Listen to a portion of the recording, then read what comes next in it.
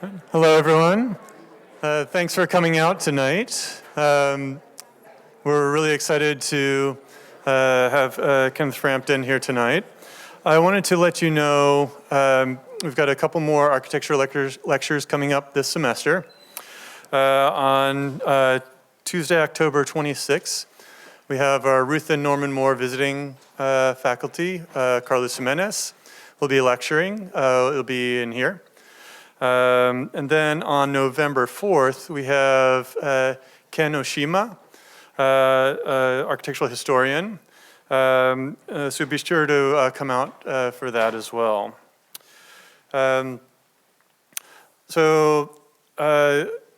We're really excited that Kenneth Frampton will be giving the Eugene J. Mackey Jr. lecture. The endowed lecture honors one of the premier architects of his time who practiced in partnership with Joseph Murphy, a former dean of the School of Architecture. Among other projects, Mackey and Murphy designed the John M. Olin Library here on campus, and also collaborated with Buckminster Fuller on the Climatron at the Missouri Botanical Garden. In the spring of 1990, the generous support of Miss Mary Layton, widow of Eugene Mackey Jr., established this lecture to honor individuals of distinction who have contributed to the quality of the built environment. Past lectures have included Gerald Eldman, Thomas Krenz, Jorma Olila, Emily Pulitzer, Richard Jackson, Eric J. Sesal, Alan Weber, Stanislas von Moos, K. Michael Hayes, Robert Herman, and Joanne Cohn. With that, I'd like to bring up Robert McCarter, who will introduce Kenneth Frampton.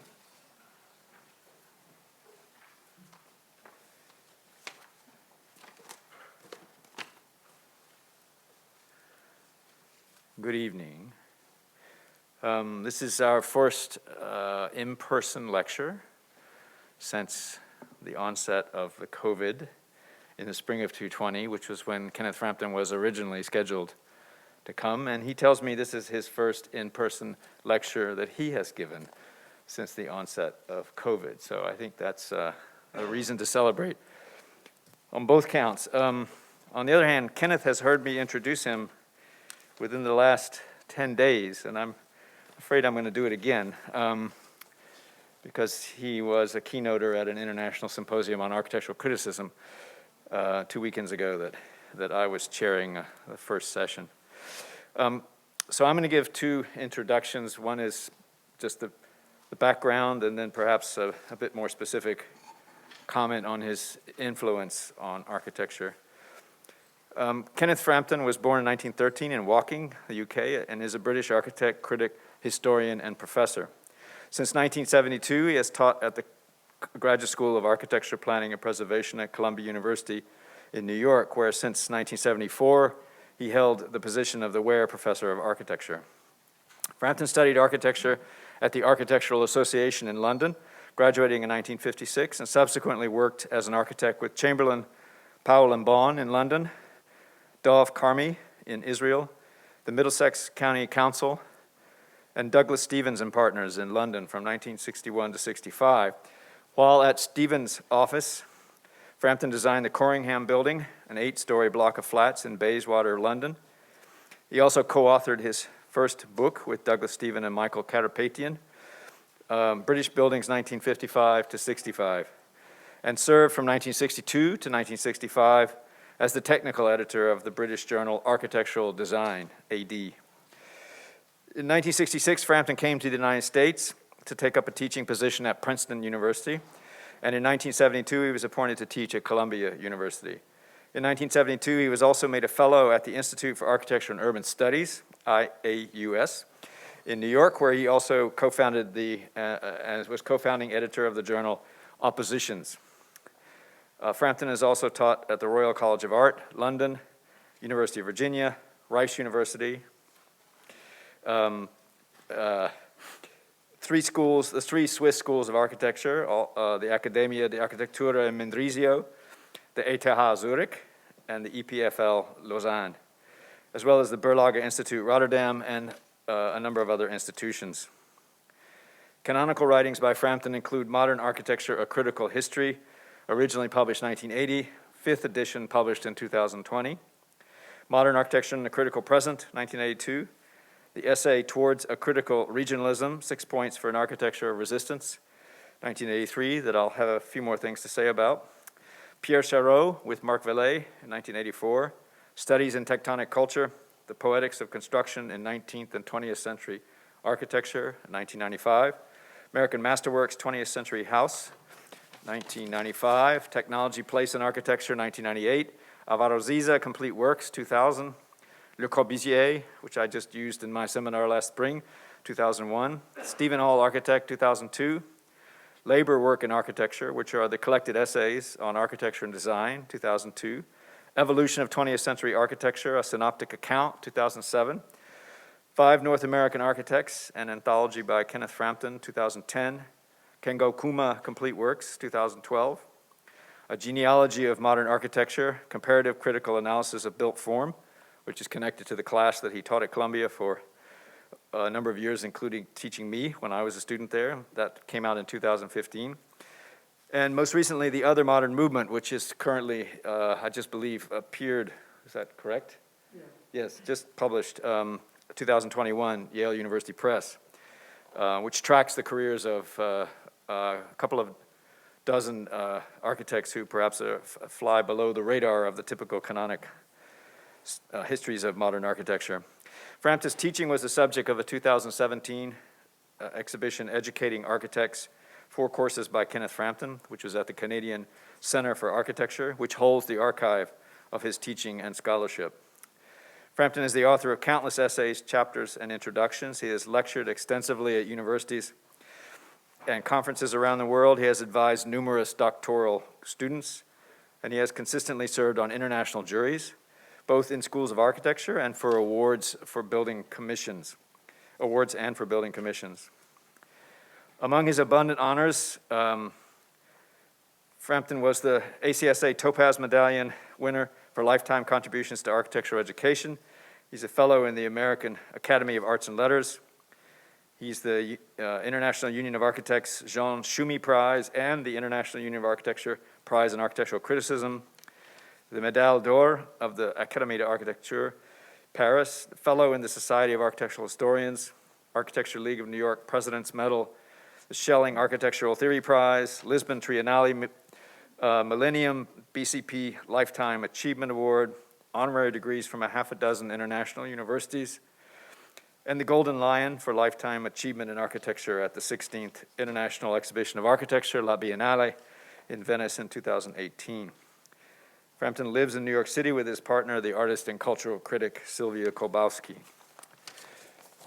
So now I'd like to give the second part, which goes a little bit into his contributions. In our introduction to the recently published Festschrift, Modern Architecture in the Life World, Essays in Honor of Kenneth Frampton, my co-editor Carla Britton and I wrote of the lifetime of accumulated work by way of which Frampton has sought to deepen our thinking about and our commitment to the act of building as a matter of ultimate cultural significance that cannot be reduced to the transitory. As Frampton himself makes clear, architecture, quote, architecture as opposed to any other art form is irredeemably mixed up in the life world. And in this respect, it is as much a context for culture and life as it is a cultural expression.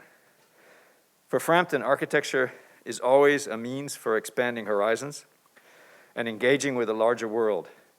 Modern architecture is as much a social and political expression as it is an aesthetic statement.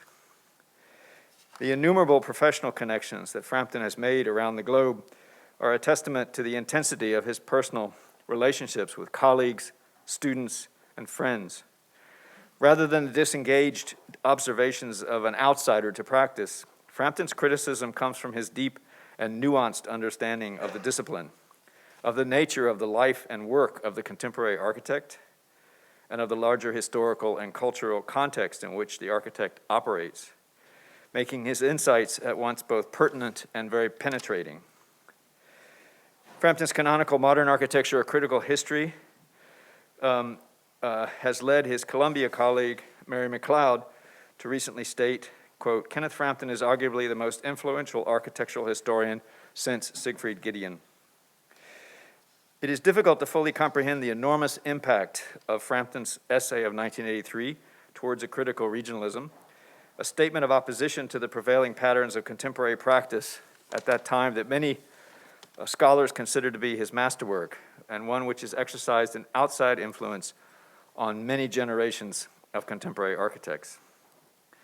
And following the critical regionalism essays, Frampton's, I would argue, most critical contribution to the understanding of the discipline and the practice of architecture is his studies in tectonic culture, the poetics of construction in the 19th and 20th century architecture.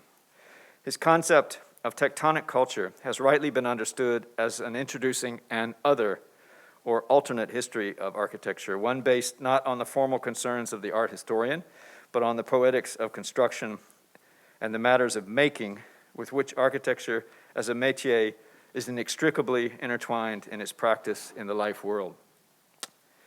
So it gives me great honor to present my teacher, my colleague of 40 years, my mentor and my friend, Kenneth Frampton.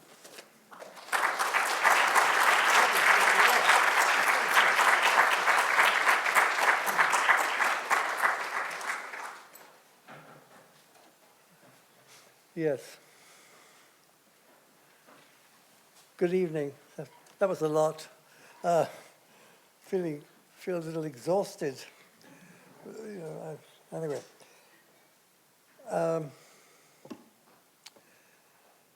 It's very nice. Very nice to be here. Very honored to be here. Is that all right? Are people hearing me, sort of? Okay. All right, so that was a very nice introduction. I'm very happy to be here. I'm honored to be invited to speak.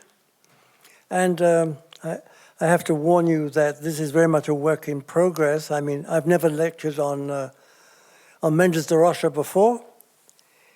And this is Mendes da Rocha in his 60s in a shot in a building that he designed, the Museum of Brazilian Sculpture in Sao Paulo. And he would eventually win the Pritzker Prize in 2006. And his first building of consequence was done when he was 30 years old, which is a very ingenious but quite small stadium in Sao Paulo. So Paulistana Athletic Club Stadium. And we will surely get there. But he's an extremely complex person and has very particular views, very particular political views, I think, about the Americas and about the history of colonialization and about the polyglot society which Brazil is, of course. And from that point of view, of course, he is extremely interested in popular culture, almost to the point of seeing popular culture as the culture in a way. He's very much committed to the idea of the city, to civitas, and I have with me a book that's just been published by a Portuguese press in Lisbon, a collection of his writings, and sometimes writings on buildings, sometimes a considerable number of interviews, etc., and so on. He graduated from the Mackenzie University in Sao Paulo in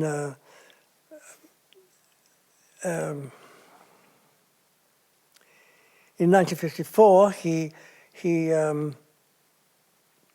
He won the competition for this stadium that I've already alluded to in 1959, when he was, when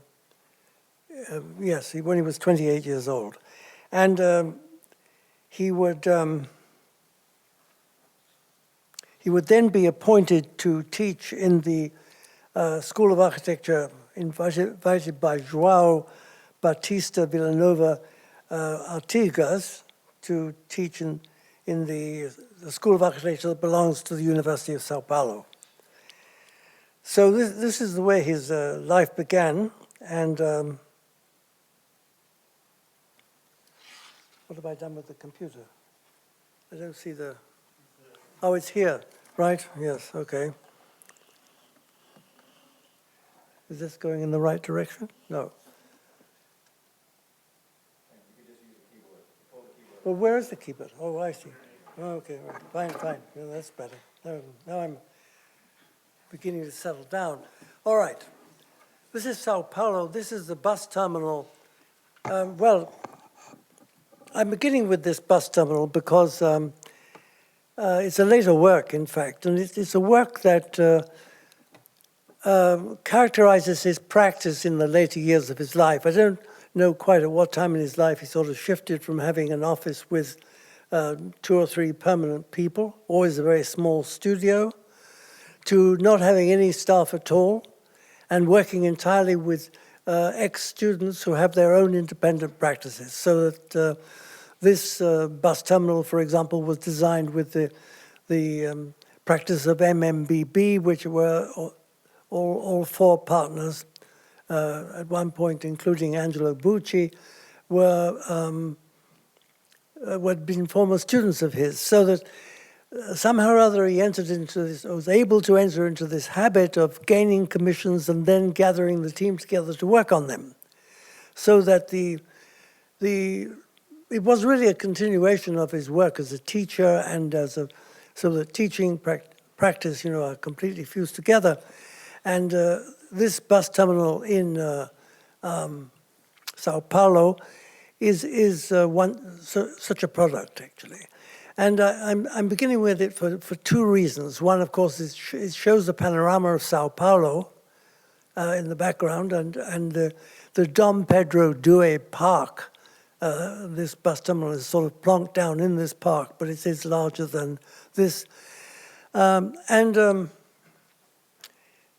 For a particular reason, well, apart from the fact that it's a kind of collective group project with younger people working with him, but the fact that this already introduces a very sort of unexpected side to his practice, because he's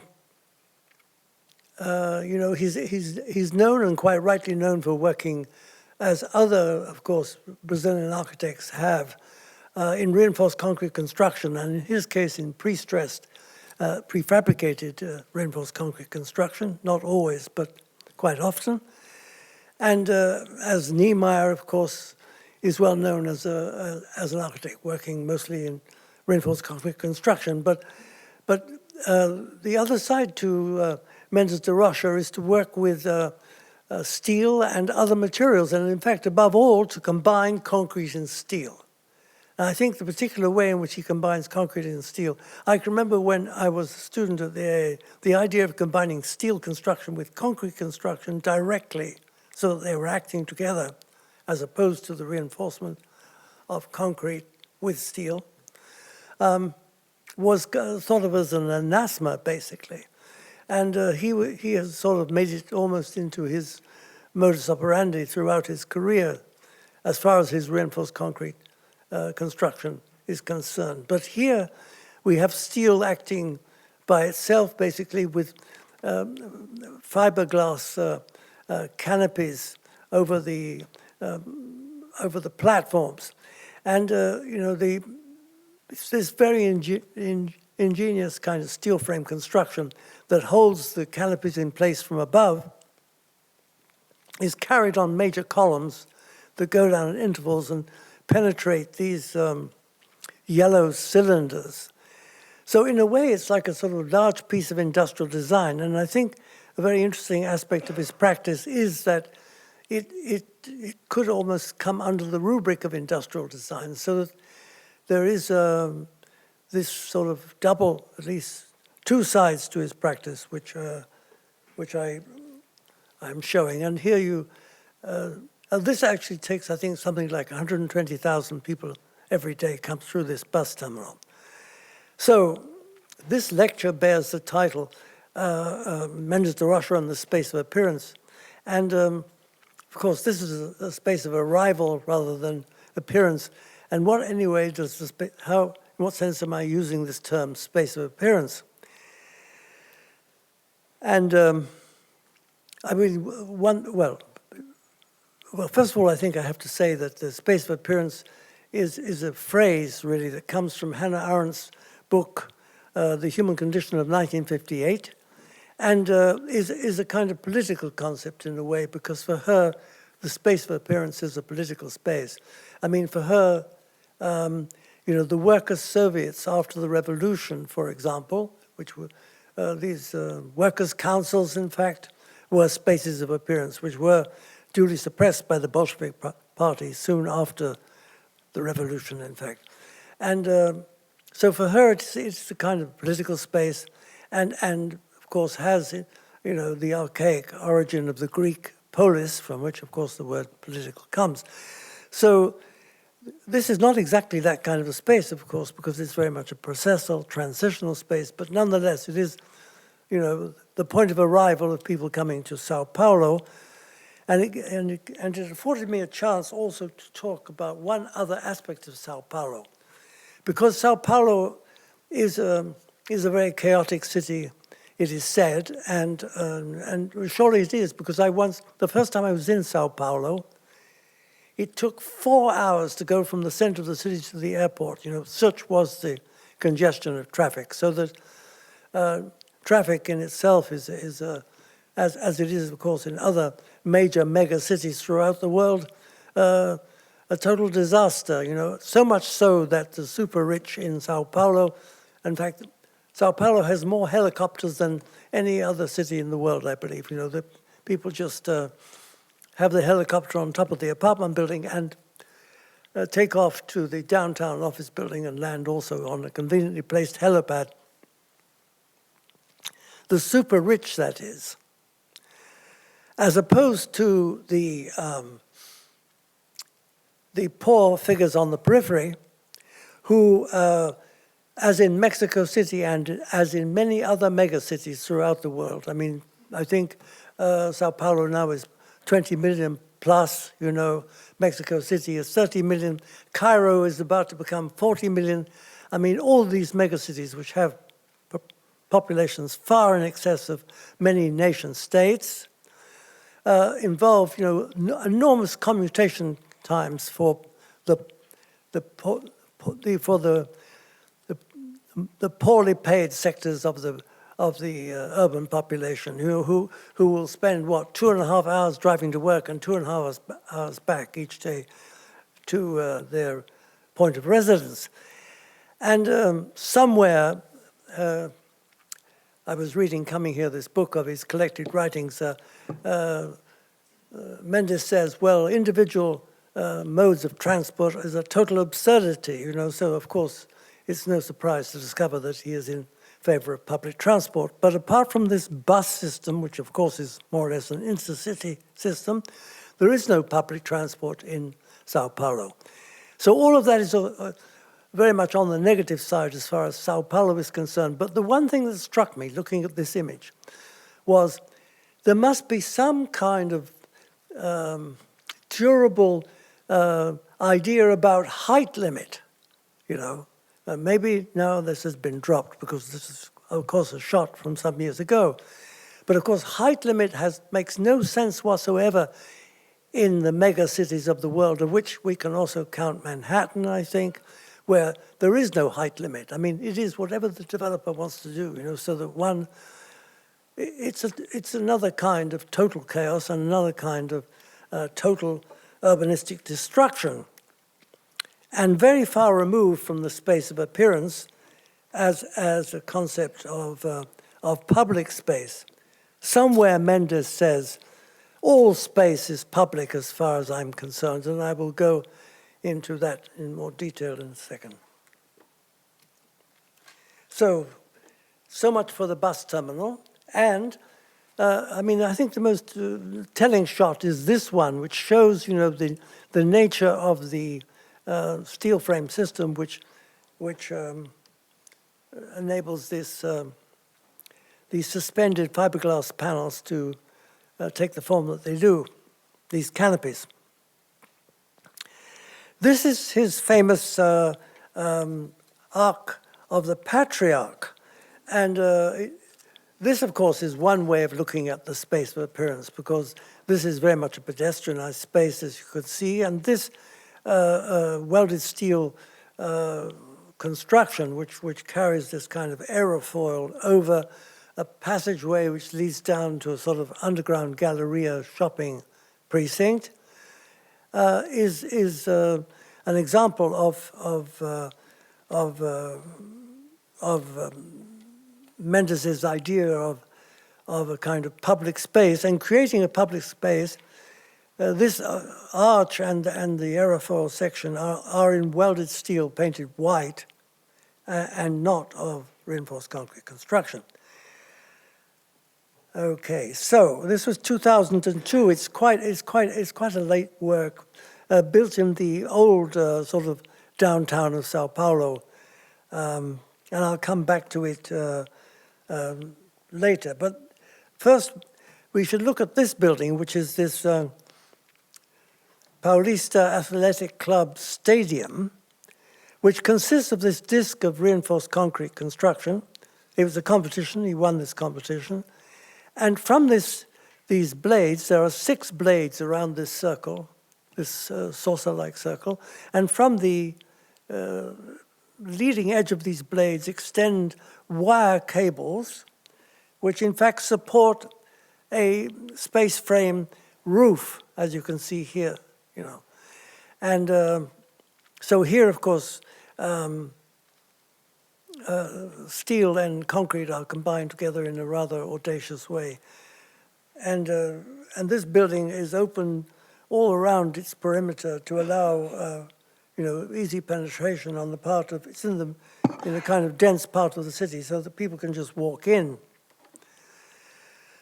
So here we have, this first kind of moment of combining steel and concrete together, and I think you can see in this section the built-up concrete disc going around and then the steel, the circular space frame steel roof in the center. Talking of spaces of appearance, I mean, this is the architectural school in Sao Paulo, so-called FAO, the faculty of the University Faculty of Architecture in Sao Paulo University. And this is not by Mendes da Rocha, but by his patron in a way, and figure that greatly influenced him, whose name was João Batista Villanova Artigas. And so, in fact, before, this is actually a shot of 1968. It's in fact the student, it's on the occasion of the world, and it was, that's the amazing thing, 1968 was kind of a worldwide student revolt. And we see, a student manifestation of a somewhat rebellious kind occupying this space, because the entire school is built about this it's a perimeter block, really. A building as a perimeter block, top lit from above and also, of course, side lit to some extent, with ramps at one end that enclose this kind of this very large public space. And this is here, of course, quite obviously, space of appearance in a political sense. And in fact, Mendes da Rocha becomes a member of the faculty before this building is finished, which coincides, well, I think it's finished just before this shot, in fact. And in '69, the junta comes to power in Brazil, the military government, which will stay in power for 18 years. And both Artigas and da Rocha are fired from their positions in the university. Artigas, because he was unquestionably, like Oscar Niemeyer, a member of the Brazilian Communist Party, and although Mendes was never a member of the party, he's certainly a figure of the left. So this is, in a way, the kind of not the beginning of Mendes' career, but an important dramatic moment. In fact, from this point onwards, I mean, Artigas has to leave the country, which is also what happened to Oscar Niemeyer, of course, who had to leave the country as well and go to Europe. I mean, persona non grata from a political point of view, from a right-wing political point of view, that is. And but Mendes was forbidden could not get any commissions from the state, etc., etc. He was able to kind of eke out a living somehow under the military dictatorship. And he, before the dictatorship, he built for himself and for his sister, these are two houses, side by side in Butana, which is a suburb of Sao Paulo. These two concrete houses that are backed by a berm that is planted, and this building, which is they're basically the same, I think. But what is extraordinary about this work is the audacity of the structure, because this entire house rests on 4 columns, and then there are transverse beams that go between the columns, which you see here in the section, and then in the other direction are very thin reinforced concrete purlins, which are also the reinforcement passing through the beams, and therefore you get enormous cantilevers. The roof is cantilevered out over the main living space, so that, and you can see the way the house is let into the ground in section. In the middle section, you see the members going in the other direction, and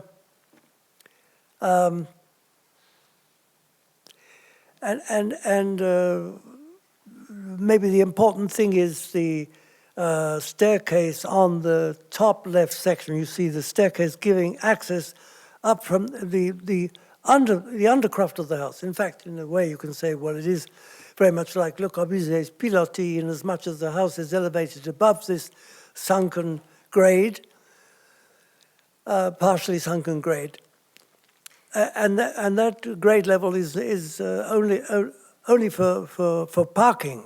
There's no other function that takes place at that level, and you park the car and you go up this stair to the house itself. So here you see the staircase that goes up from the parking. When one sees already that this is Le Corbusier-like béton brut construction, and although what I think is quite amazing is the thinness of these purlins that run out to pick up the outer screen. All of this is reinforced concrete work. It looks as though it's made of wood practically. So this is in fact, there is some accommodation in this cylinder at the grade level, but you see these 4 columns. I mean, every time I look at it, I can't quite believe it. And and you see how this is the main living volume, and has a kind of very austere character, I think, also. Exposed concrete, of course, not air-conditioned, and not really very fancy light fittings either, you could say, industrial fittings. And the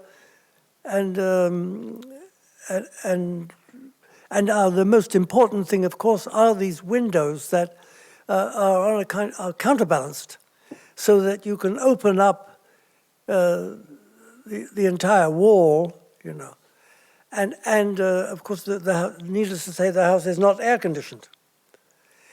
And here you get, of course, the same thing again: the section and the plan.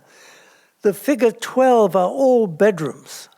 The larger of these bedrooms is the master bedroom, in fact. And then there are 4 children, and they each have a bedroom.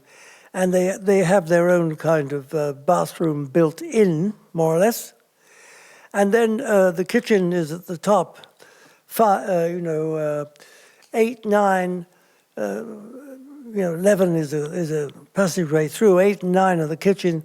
You can say that 10 is the dining table, of course, coming off the wall.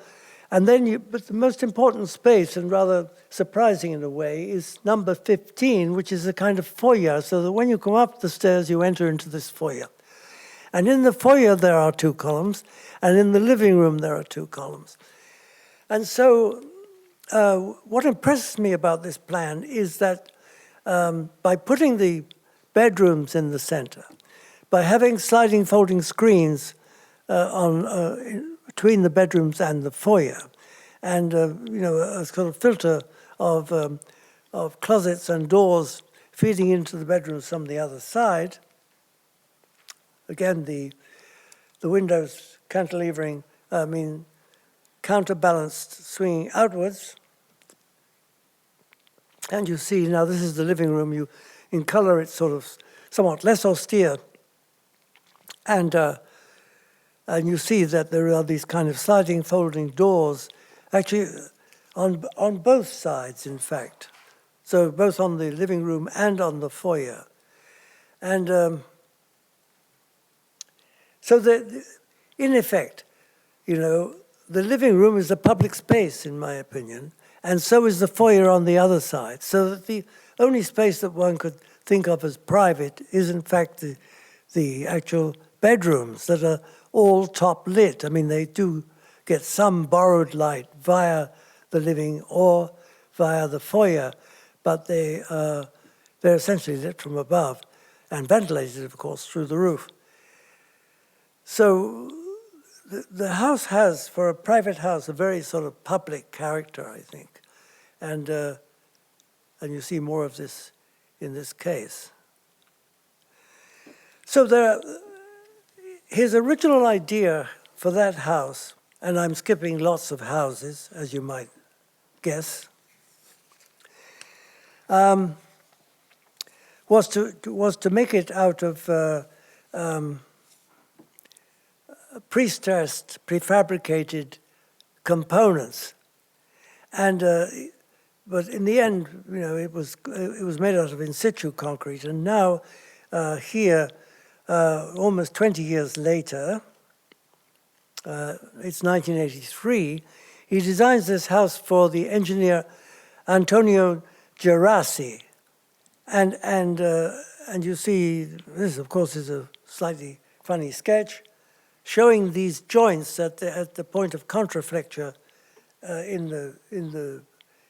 the bending diagram of the structure, and you see it's kept. You can see it in the left and right, and particularly in the lower beam.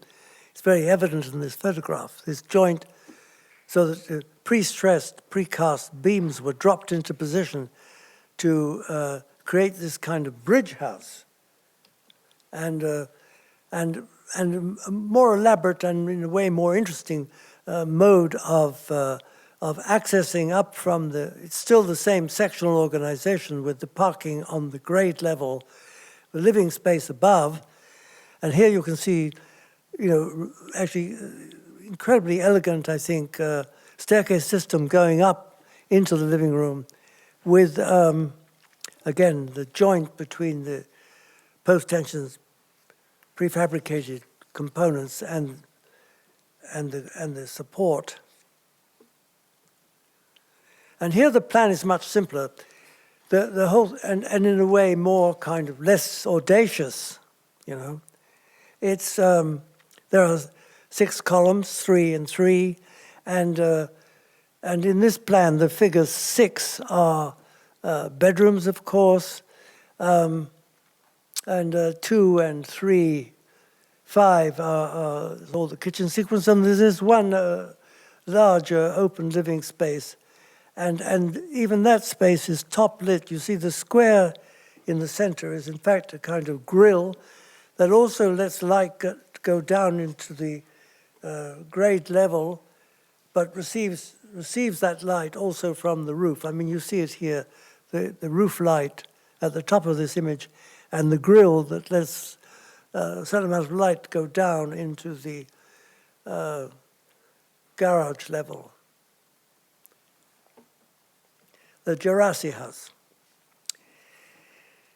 And then there follows this stadium for 50,000 people, the Serra Dourada Stadium, 1973. Absolutely amazing structure, I think.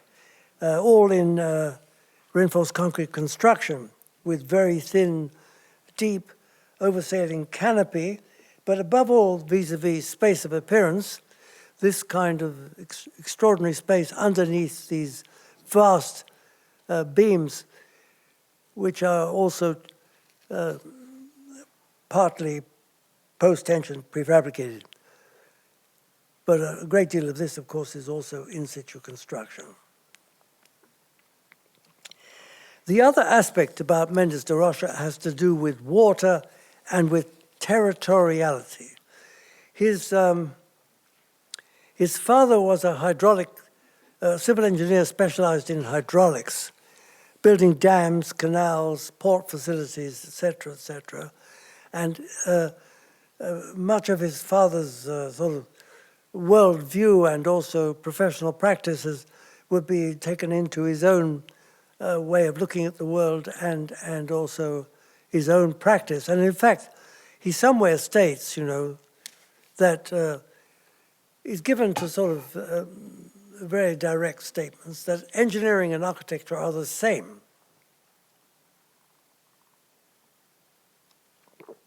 And Robert was mentioning it in this rather long litany of this and that I seem to have been involved in.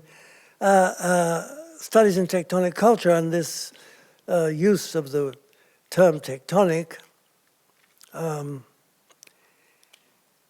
which actually, of course, it would be nice to have an illustration of it, but I think that, the Greek column, for example, the Greek Doric column is a kind of almost set piece of the idea of tectonic, in as much as the column is made out of separate tapered stone cylinders, but what actually brings the column into existence as an element is, of course, the fluting on the side of the column.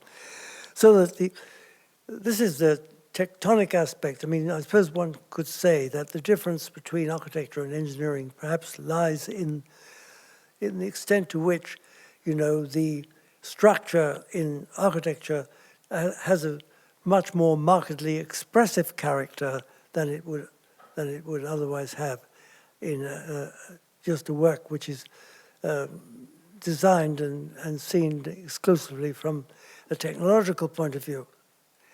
But for Mendes, he sees them, as being almost interchangeable.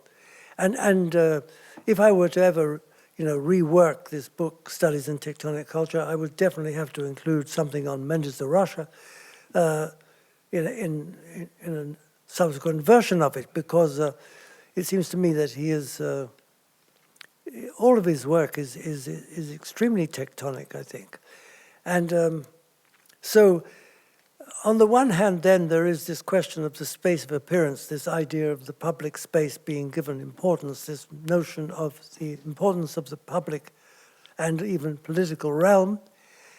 At the same time, there is this interest in kind of articulate structural form and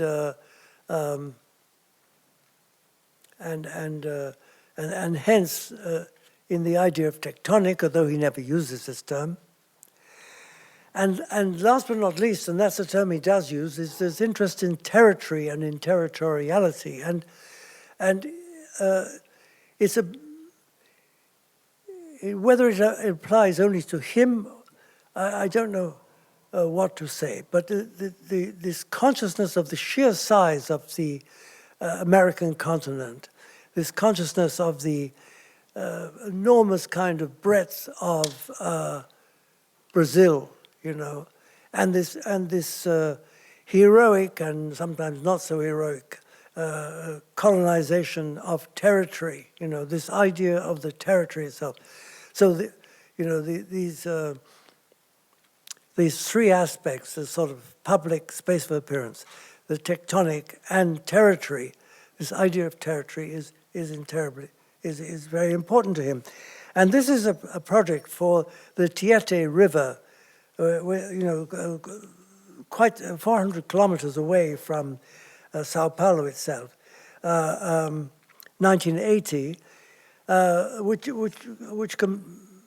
which basically is an attempt to create a new city with a kind of port facility on the river itself, and with a transcontinental road and rail link connecting. Of course, it is at the same time a rather beautiful relief. But this territorial scale in his thinking will come back again and again, I think. And while I'm thinking about it, there is a book written by Vittorio Ghigotti, which has never been, it exists in French, of course it exists in Italian, never been translated into English. 1967, the book is entitled The Territory of Architecture. And it is also very much about this idea of, architecture in relation to the occupation of the earth, the whole question of land settlement and architectural form. And very much informed by a German geographer whose name is Friedrich Ratzel, this idea of anthrogeographic, the idea, in fact, that everything is man-made, that nature in its primal, raw sense barely exists anywhere, in fact. And so that is also, I think, part of Mendes' own sensibility, although he never mentions Ghigotti in any of his writings. So I'm not suggesting there is a direct influence in any way. So here we are again with this Ark of the Patriarch and the, I think, incredibly elegant aerofoil bent steel that is hung from this welded, triangular sectioned welded steel beam spanning, I think, 120 feet. Next. And you see how this kind of sun shield, in a way, is coming off this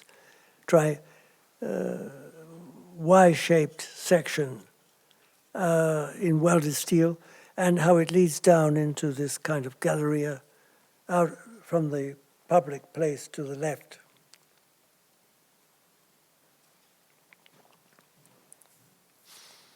And also you get some idea of how it relates to the original downtown of Sao Paulo. And here a plan, with some of the major monumental buildings in relation to it, the actual crossing of the Ark of the Patriarch is to the extreme right of this image.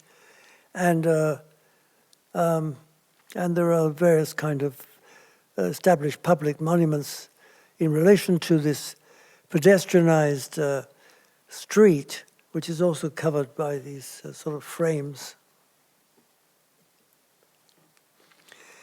But as an astonishing project is this of and a very much territorial project, of this of 1998, which is,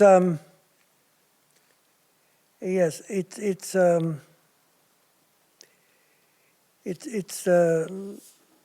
the transformation of a bay, in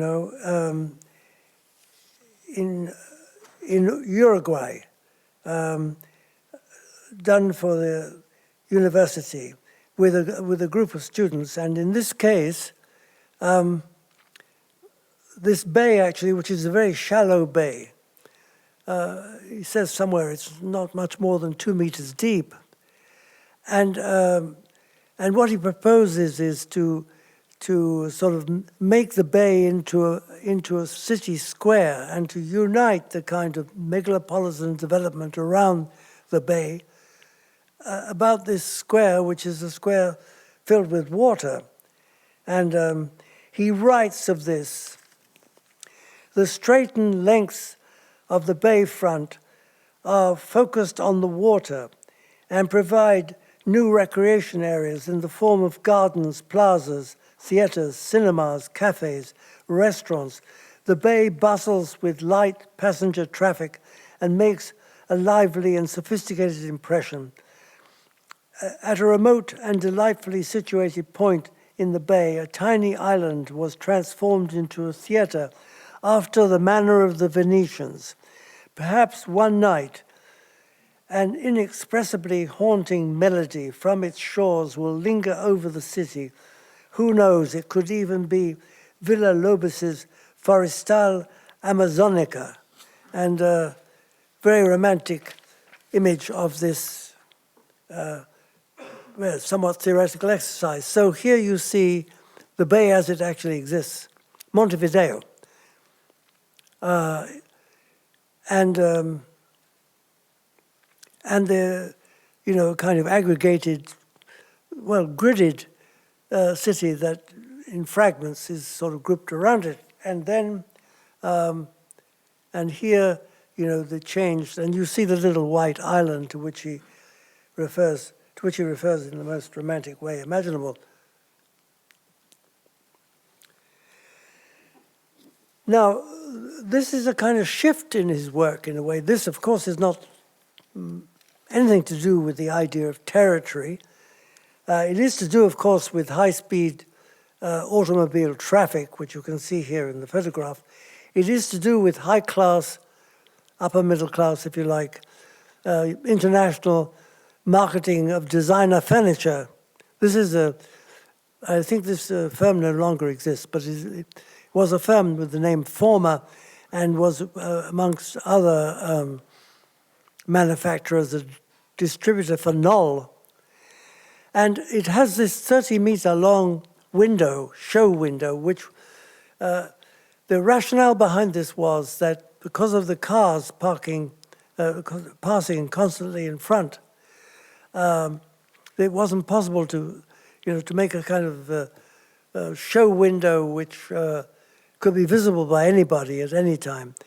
And so the idea was to elevate the show window and to make it have the scale of the entire store, 30 meters long, and to create the upper part of the space as a kind of exhibition display. So here you see the plan, and here, and this is a very complex piece, which I have to be honest and say I don't completely understand all of its component parts.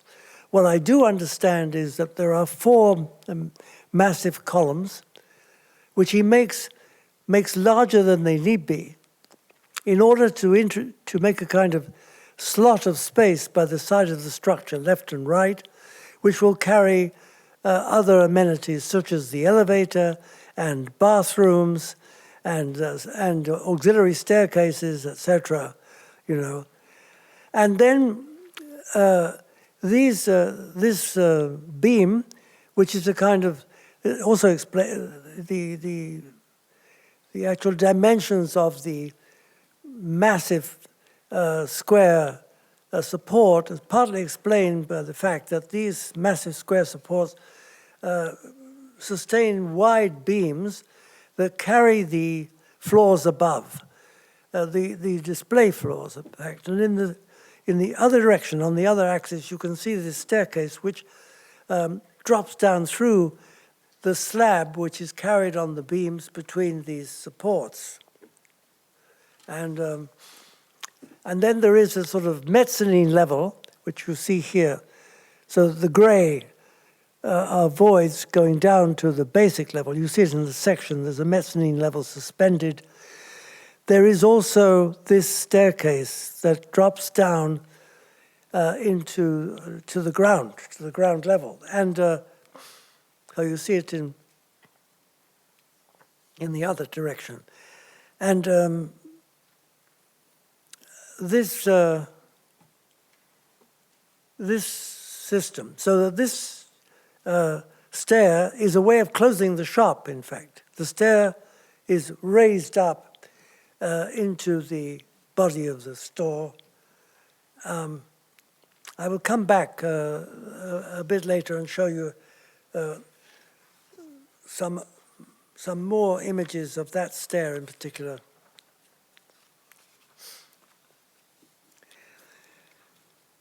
In 2002, which is the same date as the Ark of the Patriarch, he realizes this building, which is called a Pupa Tempo building, time saver building. And it is one of his most, I think, astonishing projects because it consists of a galleria, really, but a galleria that is in the service of the public, of the general public in the widest sense of the term. Because to this galleria also has built into it a police station, a post office. It's also representatives of the municipal government. Here you pay taxes, you get licenses, all this kind of transaction between the society and the government, the local government, in fact, takes place. And I find this space absolutely amazing because it has such a kind of generosity, both in terms of the character of the space itself, but also, the way in which this space is made available to the society. And it also combines reinforced concrete construction and welded framed steel construction, which at its ends, you see, goes off into tubular steel construction that hangs out over the eaves of the building. So you see it very clearly here in section, I think. So, you have the concrete platform on which the whole thing rests, with steel girders, carried by that, helping to sustain that platform. And then above you have this very complex, very beautifully detailed steel-framed roof where the triangulated tubular steel kind of space frame overhang eaves actually supports the main transverse steel beam that then, of course, in its turn carries the roof. So one of the, I think, remarkable aspects of his work is this delicacy, in the handling of steel, for example, in relation to concrete, and then the other interesting thing programmatically is that at the bottom of the plan you see a whole series of columns which actually carry the metro line, and so that you can get out of drop down the staircases from the metro and go across this little passerelle and enter into this galleria through this kind of knuckle which divides the galleria into two parts. And I think that explains why, it's not all the same. There's a sort of central area where the office workers are positioned, and then different parts of that central band are devoted to post office or to police and so on. And something of this idea of this structure is I think, clearly conveyed by this general view of the structure from the outside. And here, this is the view between the gap between the metro system and the building. The metro stop is called Itaquera.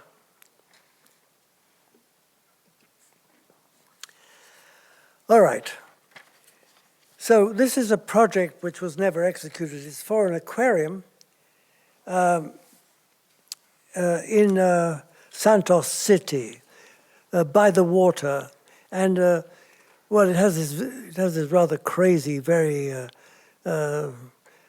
plastic, adventurous plan with various sort of tanks containing fish, etc. The whole, there's a sort of central bar, top lit, etc., with an electro hole at one end and a specialized kind of tank at the other. And then the whole aquarium is in itself suspended in the water. And the thing that really is most impressive, I think, is this section. Because, and once again, you know, the only way to, as it were, finally solve, as it were, the riddles of his structure, in a way, would be to actually, go into the archive and get hold of drawings and almost try to this building was never realized. But you see, there is as you can see in the section, there is this massive concrete beam that picks up this light steel roof again, with also its suspended ceiling underneath. But what I find really impressive is what he does in terms of exhibition, because you see, if you look at the ground slab, there is a pool which contains fish in it that you see partly from the inside and also partly from the outside.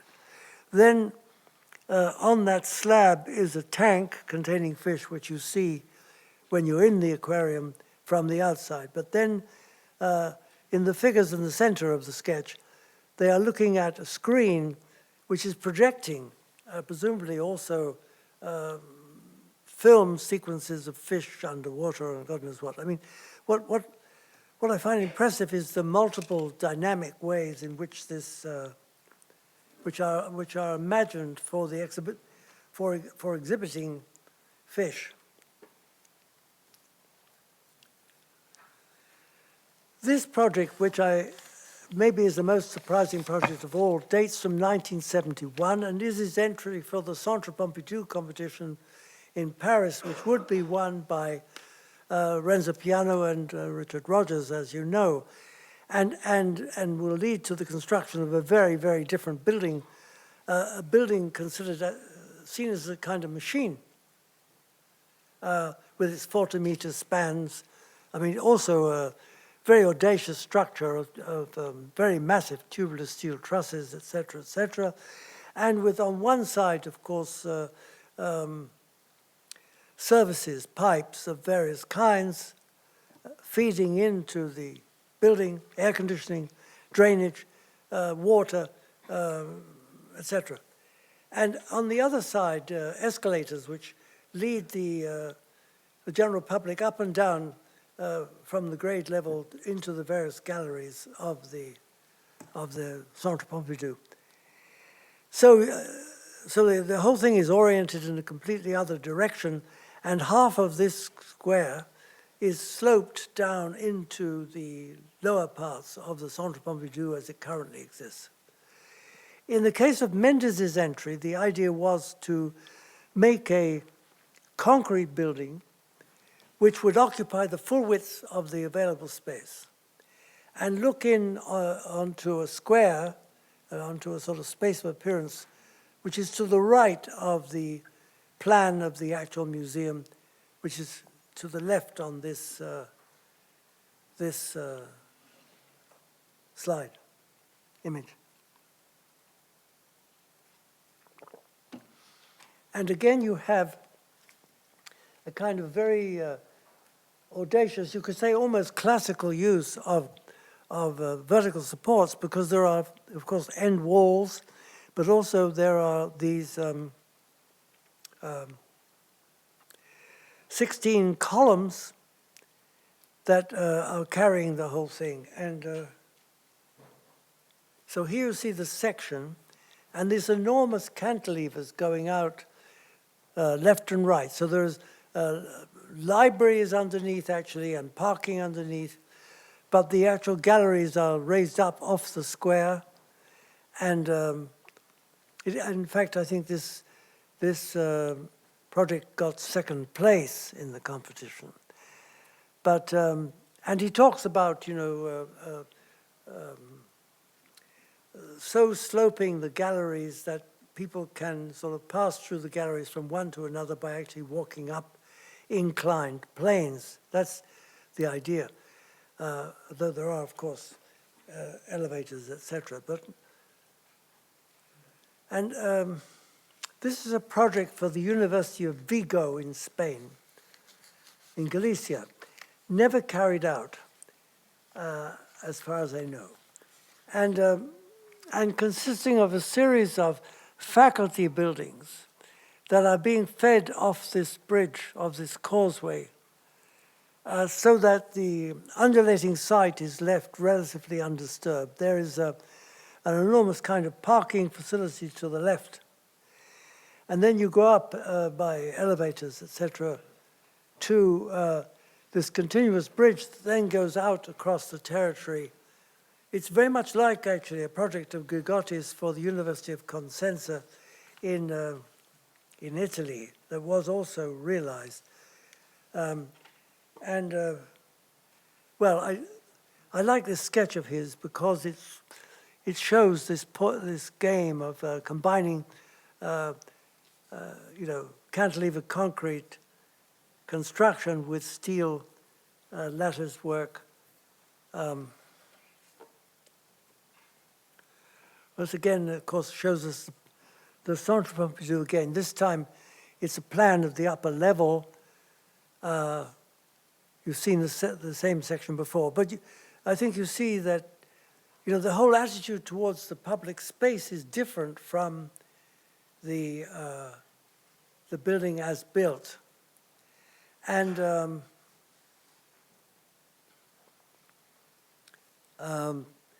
it's different in the sense that it's more classical in a way. It occupies a particular terrain and it looks on to a sort of open piazza, really, which is what the Centre Pompidou has built does not do, because the piazza, such as you can still call it a piazza, slopes down into the lower undercroft of the building, but doesn't really have a civic status. It's not really a civic space, That's the big difference, I think, apart from the machine-like character of the building as built. So I want to come to this tectonic issue, because this is the Golas Hockey Club social center. It's 1962 and 63.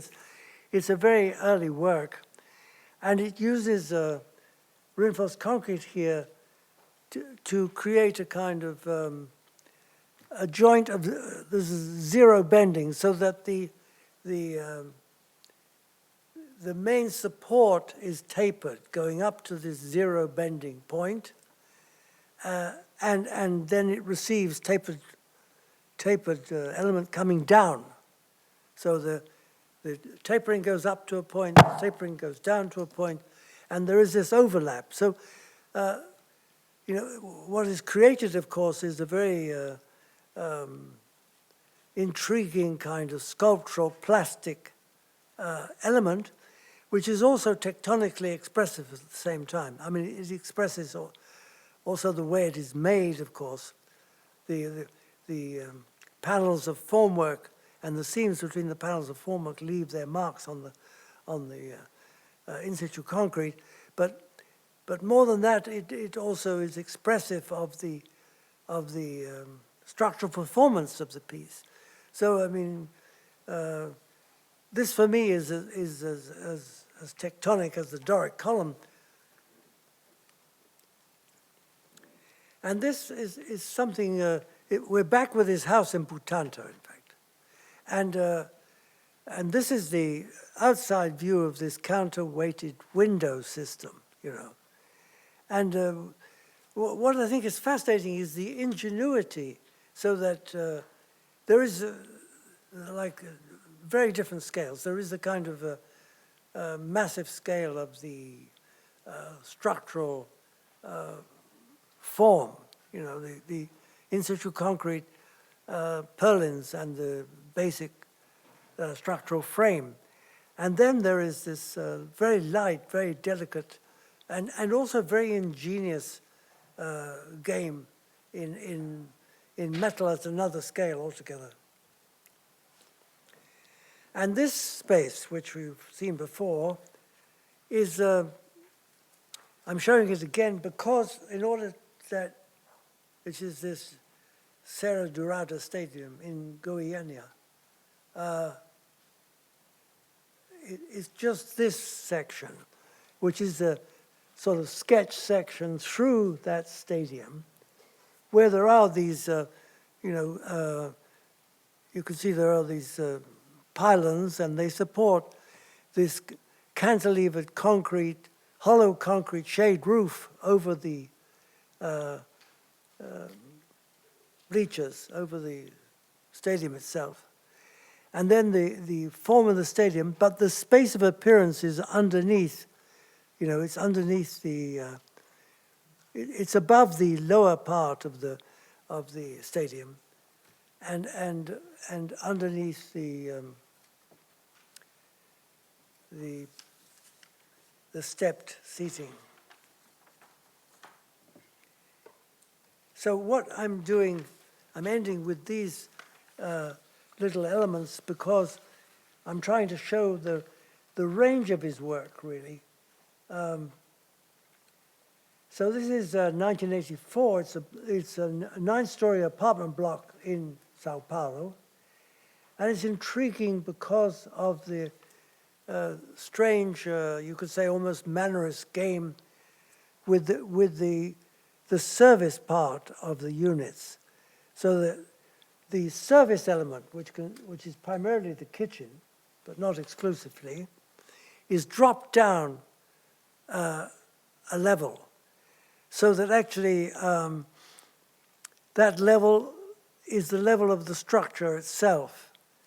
So that, and the reason for it is that there are spectacular views left and right from these apartments, and the living rooms, which are between the floors all the way up, have the benefit of being able to see over the view in one direction and over the view in the other direction, because the service element is dropped down this small amount. And actually the plan maybe shows you see, I find the plan, quite astonishing. Well, there's some interesting things about this whole building. One is, notice it's carried on 6 major columns, square columns. Then to one side of the central pair of columns is an elevator, and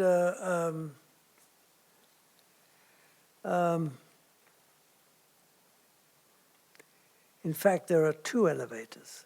One elevator is the service elevator, and one elevator is the passenger elevator. And there is, of course, this central stair lit from above. So the smaller of the 2 elevators is the passenger elevator, and you enter through this, oddly enough, through this kind of double door system into a corridor that then brings you into the living room. And you can see that this living room is, a floor above, a certain, 5 steps above the lower level. And so the lower level forms a kind of L, and this L is then the kitchen service area, with, again, little stairs that bring you back up to the central corridor. And then when you go in the other direction, to the right of the plan, you come to 2 self-enclosed bedrooms on the main living level with their own bathroom. And one of these bedrooms looks out over the lower part, and one, of course, looks out through its own curtain wall glazing. And then you pass from that space into a kind of, this is also a bedroom at the end, a bedroom study guest sequence with stairs going down to the lower level, which in that case also then accommodates bathrooms. I mean, I think this game with the dropped service element, I didn't explain that the stairs top left lead to a lower dining room level, So you live on one level, you drop down. So that what's provided is a kind of spatial sense inside a otherwise severely limited sandwich-like section. and also views out left and right, or in the way the image is oriented here, upwards and backwards, you know. So there's this kind of very ingenious planning, and then there is this, I think, unbelievably beautiful detailing, because this is the upper mezzanine level in the furniture store, with the retractable staircase going down on the right, and then these very delicate handrails, which are welded, of course, onto the steel joists. You know, all of that detailing is very delicate and amazing.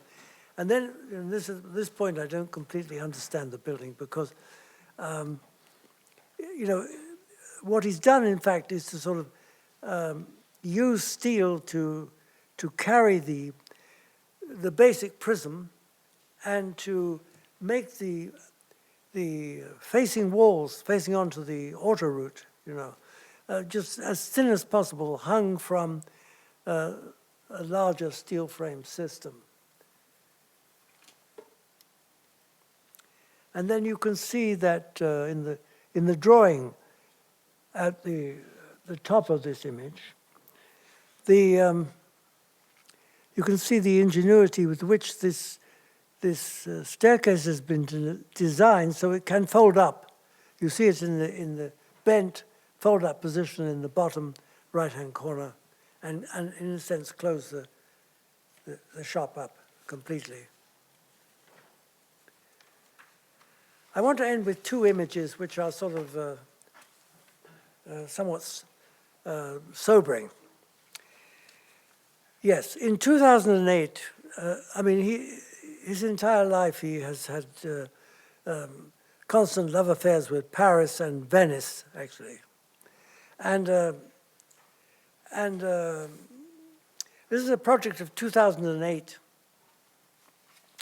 It was part of the official French bid to get the Olympiad, the Olympic Games, into Paris for the year 2012.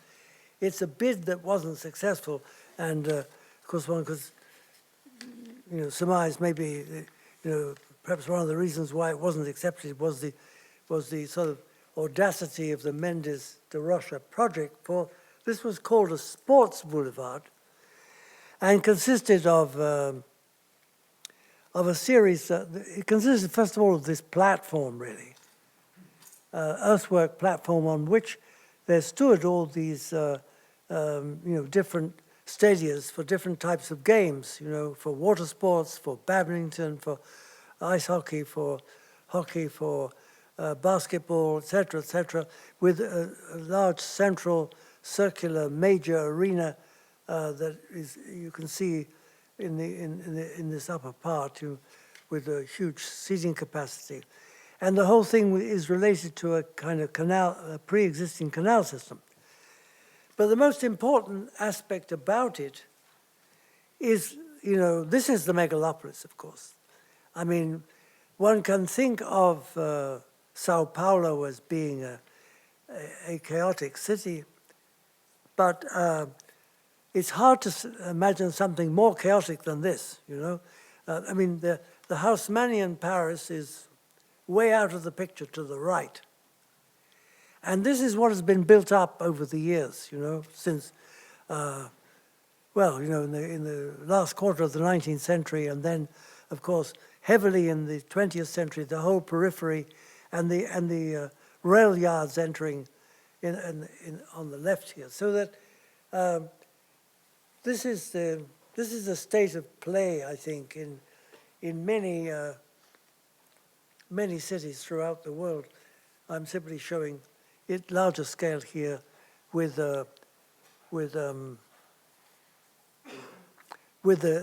its integration into the canal system, which is very typical of Mendes, because he was always emphasizing water, partly because of his father. And I thought I would read to you something about about, his experience as a child when accompanying his engineer father. And I found this a very nice passage.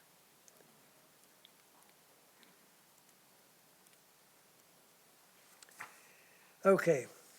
This is in an interview. The interviewer asks, do you have any records of these educational trips? He's talked about going on with his father on educational trips.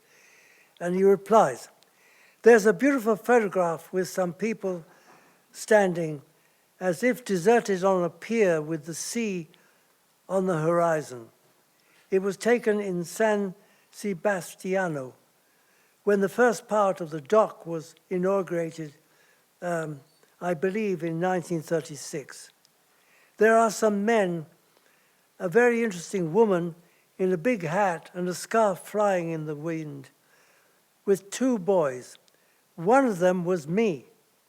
The men are my father and Henri Lager, entrepreneur of the group that built the whole thing. The woman was Gabriella Besanzoni Lega, a kind of Maria Callas of her time, a contralto who didn't sing on this occasion, but accompanied her husband on such ceremonies. I saw all this, so you can see that, and not by seeing anything, I can say to my credit that I really paid attention and was moved by these marvelous achievements. Ships, harbor, piers, and all that. So I was there to see many important works in Brazil and so on. Yeah. So, this is the story as far as I have been able to map it out. I mean, it's a figure that has very beautiful things to say about the future of the species. And at some point he quotes Hannah Arendt, which is, of course, suits me because I'm rather obsessed with Hannah Arendt. And he quotes a passage from Hannah Arendt, which I don't know where it's from, actually. She says, although we all know we are going to die, we were not born to die. We were born to live. It's a very beautiful way to think about it, and also a way to end this presentation. Thank you.